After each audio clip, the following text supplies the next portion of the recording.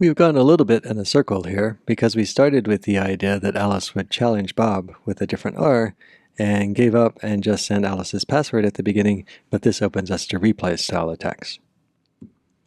There is a form of challenge that does work well, and that is the style where Alice doesn't send Bob an R for R to just encrypt anything that is given, and also doesn't try to send Bob the same message that would be predictable somehow. Instead, Alice just asks, "Are you Bob?" and Bob picks a fresh R and encrypts it using the shared secret and sends both of those things back to Alice.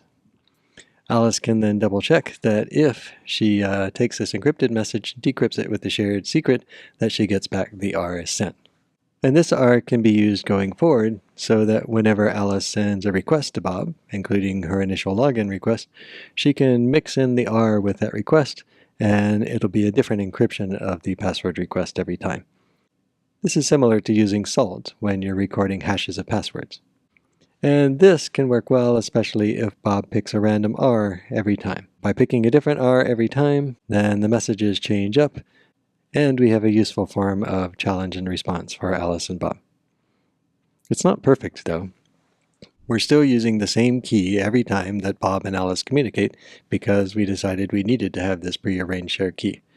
And that means if Alice and Bob communicate a lot, then attackers get a lot of ciphertext to work from. Lots of examples help break decryption.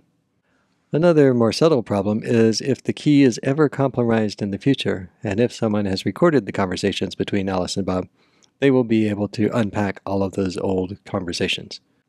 It would be better to use a communication strategy where if some key is lost, it has a low impact on the overall history of communication.